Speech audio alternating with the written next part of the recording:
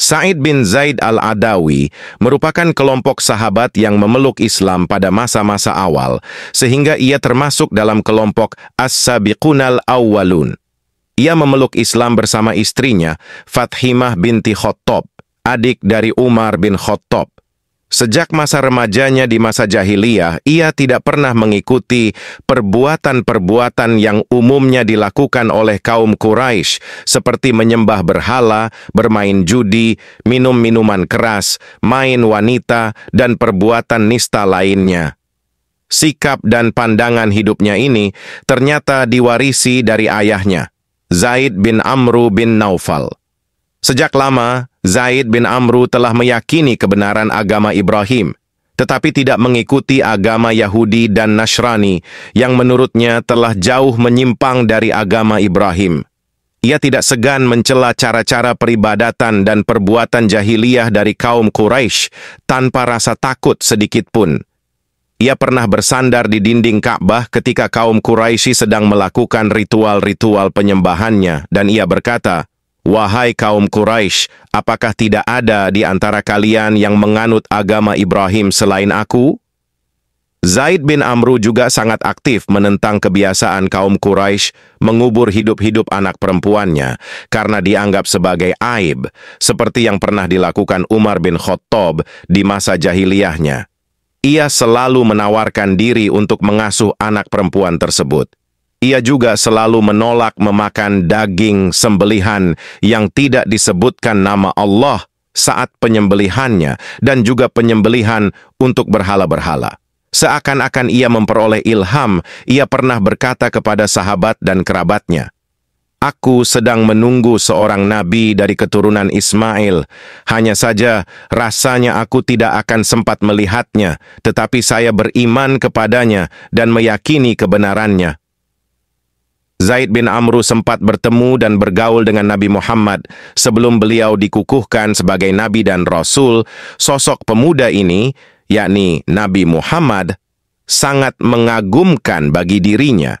Di samping akhlaknya yang mulia, pemuda ini juga mempunyai pandangan yang sama dengan dirinya tentang kebiasaan dan ritual jahiliyah kaum Quraisy. Tetapi Zaid meninggal ketika kaum Quraisy sedang memperbaiki Ka'bah, yakni ketika Nabi Muhammad berusia 35 tahun. Dengan didikan seperti itulah Sa'id bin Zaid tumbuh dewasa, maka tak heran ketika Nabi Muhammad menyampaikan risalahnya, ia dan istrinya langsung menyambut seruan beliau. Tak ada ketakutan dan kekhawatiran walau saat itu kaum Quraisy melancarkan siksaan yang tak terperikan kepada para pemeluk Islam, termasuk Umar bin Khattab, kakak iparnya sendiri yang merupakan jagoan duel di pasar Uqats. Hanya saja ia masih menyembunyikan keislamannya dan istrinya. Sampai suatu ketika, Umar yang bertemperamen keras itu mengetahuinya juga. Ketika itu Sa'id dan istrinya sedang mendapatkan pengajaran Al-Quran dari sahabat Khabbab bin Arats. Tiba-tiba terdengar ketukan, atau mungkin lebih tepat gedoran di pintu rumahnya. Ketika ditanyakan siapa yang mengetuk tersebut, terdengar jawaban yang garang, "Umar." Suasana khusyuk dalam pengajaran Al-Quran tersebut menjadi kacau. Khabbab segera bersembunyi, sambil terus berdoa memohon pertolongan Allah untuk mereka.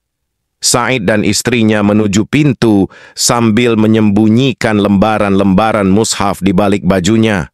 Begitu pintu dibuka oleh Sa'id, Umar melontarkan pernyataan keras dengan sorot mata menakutkan, "Benarkan desas-desus yang kudengar bahwa kalian telah murtad."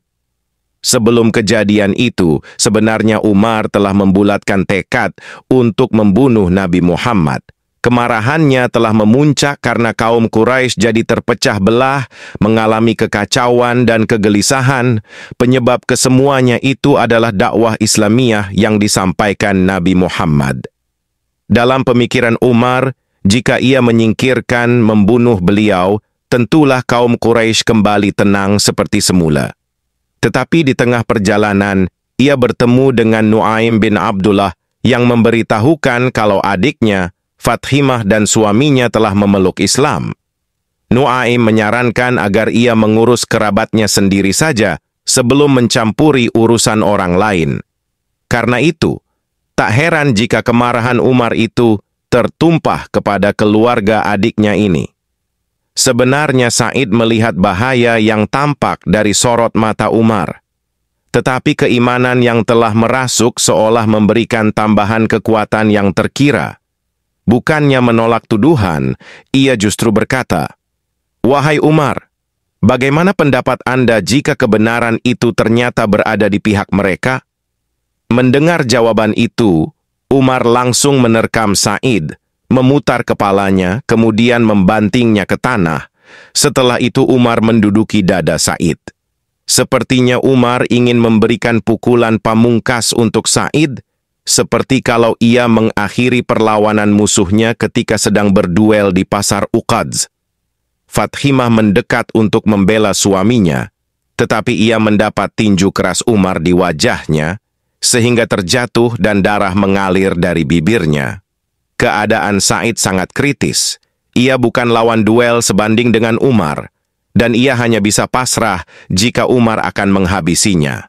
Tetapi tiba-tiba terdengar pekikan keras istrinya, Fathimah. Bukan ketakutan, tetapi pekikan perlawanan dan permusuhan dengan penuh keberanian.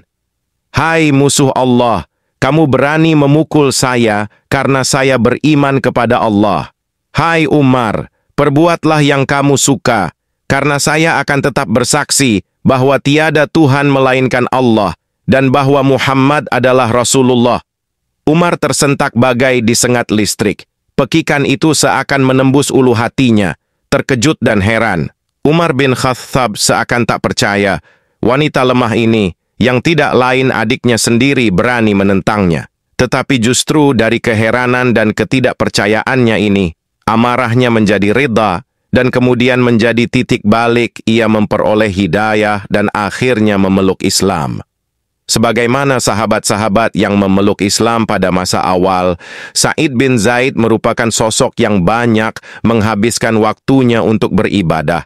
Seorang alim yang sangat zuhud. Hampir tidak pernah tertinggal dalam berbagai pertempuran dalam menegakkan panji-panji keimanan. Ia tidak mengikuti perang Badar, karena saat itu ia ditugaskan Nabi Muhammad untuk tugas mata-mata ke Syam bersama Talhah bin Ubaidillah. Tetapi beliau menetapkannya sebagai Ahlul Badr dan memberikan bagian ghanimah dari perang Badar, walau secara fisik tidak terjun dalam pertempuran tersebut. Ada 7 sahabat lainnya seperti Sa'id tidak mengikuti perang Badar, tetapi Nabi Muhammad menetapkannya sebagai Ahlul Badr.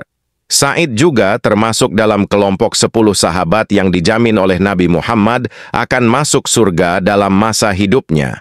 9 sahabat lainnya adalah 4 sahabat Khulafaur Rasyidin, Abdurrahman bin Auf, Sa'ad bin Abi Waqqash, Zubair bin Awwam, Talhah bin Ubaidillah, dan Abu Ubaidah bin Jarrah. Sa'id sempat mengalami masa kejayaan Islam, di mana wilayah makin meluas dan makin banyak lowongan jabatan. Sesungguhnya lah ia pantas memangku salah satu dari jabatan-jabatan tersebut. Tetapi ia memilih untuk menghindarinya. Bahkan dalam banyak pertempuran yang diterjuninya, ia lebih memilih menjadi prajurit biasa. Dalam suatu pasukan besar yang dipimpin oleh Sa'ad bin Abi Waqqash, setelah menaklukkan Damaskus, Sa'ad menetapkan dirinya sebagai wali negeri gubernur di sana. Tetapi Sa'id bin Zaid meminta dengan sangat kepada komandannya itu untuk memilih orang lain memegang jabatan tersebut dan mengizinkannya untuk menjadi prajurit biasa di bawah kepemimpinannya. Ia ingin terus berjuang menegakkan kalimat Allah dan panji-panji kebenaran, suatu keadaan yang tidak bisa dilakukannya jika ia memegang jabatan wali negeri. Seperti halnya jabatan yang dihindarinya, begitu juga dengan harta dan kemewahan dunia. Tetapi sejak masa Khalifah Umar, harta kekayaan datang melimpah ruah memenuhi Baitul Mal, perbendaharaan Islam, sehingga mau tidak mau, sahabat-sahabat masa awal seperti Sa'id bin Zaid akan memperoleh bagian juga. Bahkan Khalifah Umar memberikan jatah, bagian, lebih banyak daripada bagian sahabat yang memeluk Islam belakangan, yaitu setelah terjadinya Fathul Makkah. Namun, setiap kali ia memperoleh pembagian harta atau uang, segera saja ia menyedekahkannya lagi, kecuali sekedarnya saja. Namun dengan cara hidupnya yang zuhud itu, masih juga ada orang yang memfitnah dirinya bersikap duniawiyah. Peristiwa itu terjadi pada masa pemerintahan Muawiyah, ketika ia telah menghabiskan sisa hidupnya hanya untuk beribadah di Madinah. Seorang wanita bernama Arwa binti Aus menuduh Sa'id telah merampas tanah miliknya. Pada mulanya Sa'id tidak mau terlalu peduli atau melayani tuduhan tersebut, ia hanya membantah sekedarnya dan menasehati wanita itu untuk tidak membuat kedustaan. Tetapi wanita itu tetap saja dengan tuduhannya, bahkan ia melaporkan kepada gubernur Madinah. Marwan bin Hakam, gubernur Madinah yang masih paman dari Muawiyah, atas laporan Arwa bin Aus itu memanggil Sa'id untuk mempertanggungjawabkan tindakannya. Setelah menghadap, Sa'id membantah tuduhan itu. Ia berkata, "Apakah mungkin aku menzalimi wanita ini, yakni merampas tanahnya? Sedangkan aku mendengar sendiri Rasulullah bersabda, barang siapa yang menzalimi seseorang dengan sejengkal tanah, maka Allah akan melilitnya dengan 7 lingkaran bumi pada hari kiamat kelak." Sa'id memang meriwayatkan beberapa hadits Nabi Muhammad, termasuk hadits yang dijadikan hujjahnya itu. Ada hadits senada lainnya yang juga diriwayatkannya, yakni, barang siapa yang berbuat zalim terhadap sejengkal tanah, maka akan dikalungkan kepadanya 7 lapis bumi, dan barang siapa yang terbunuh karena membela hartanya, maka ia mati syahid. Kemudian Sa'id berbalik menghadap kiblat dan berdoa, "Ya Allah, apabila dia, wanita itu, sengaja membuat-buat kebohongan ini, janganlah engkau mematikan dirinya kecuali setelah ia menjadi buta, dan hendaklah engkau jadikan sumurnya sebagai kuburannya." Beberapa waktu kemudian Arwa binti Aus menjadi buta, dan dalam keadaan seperti itu ia terjatuh ke dalam sumur miliknya sendiri dan mati di dalamnya. Sebenarnya saat itu Sa'id berdoa tidak terlalu keras, tetapi beberapa orang sempat mendengarnya. Mereka segera saja mengetahui kalau Sa'id bin Zaid dalam kebenaran dan doanya makbul. Namanya dan kebaikannya jadi semakin dikenal, dan ia banyak didatangi orang untuk minta didoakan.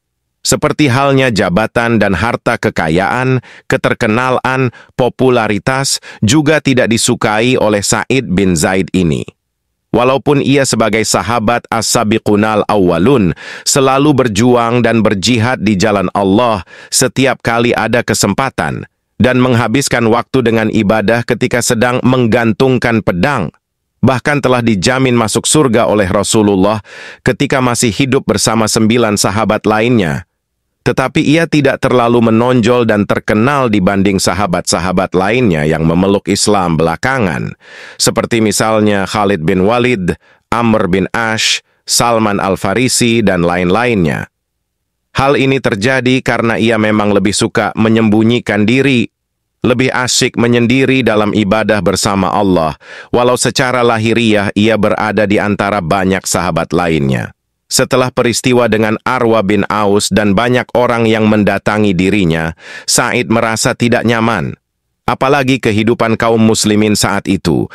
Walau tinggal di Madinah, tetapi makin banyak saja yang mengagung-agungkan kemewahan dunia. Jejak kehidupan Nabi Muhammad dan para sahabat masa awal, baik dari kalangan muhajirin ataupun ansyar, yang selalu sederhana dan zuhud terhadap dunia, sedikit demi sedikit mulai memudar. Karena itu Sa'id pindah ke daerah pedalaman, yakni di Aqiq, dan ia wafat di sana pada tahun 50 atau 51 Hijriah. Tetapi jenazahnya dibawa pulang ke Madinah oleh Sa'ad bin Abi Waqqash dan Abdullah bin Umar, keponakannya sendiri, kemudian dimakamkan di Baqi, di antara beberapa sahabat Rasulullah Shallallahu Alaihi Wasallam lainnya. Semoga yang subscribe, like, komen dimudahkan urusannya dan dilancarkan rezekinya. Amin ya Rabbal Alamin.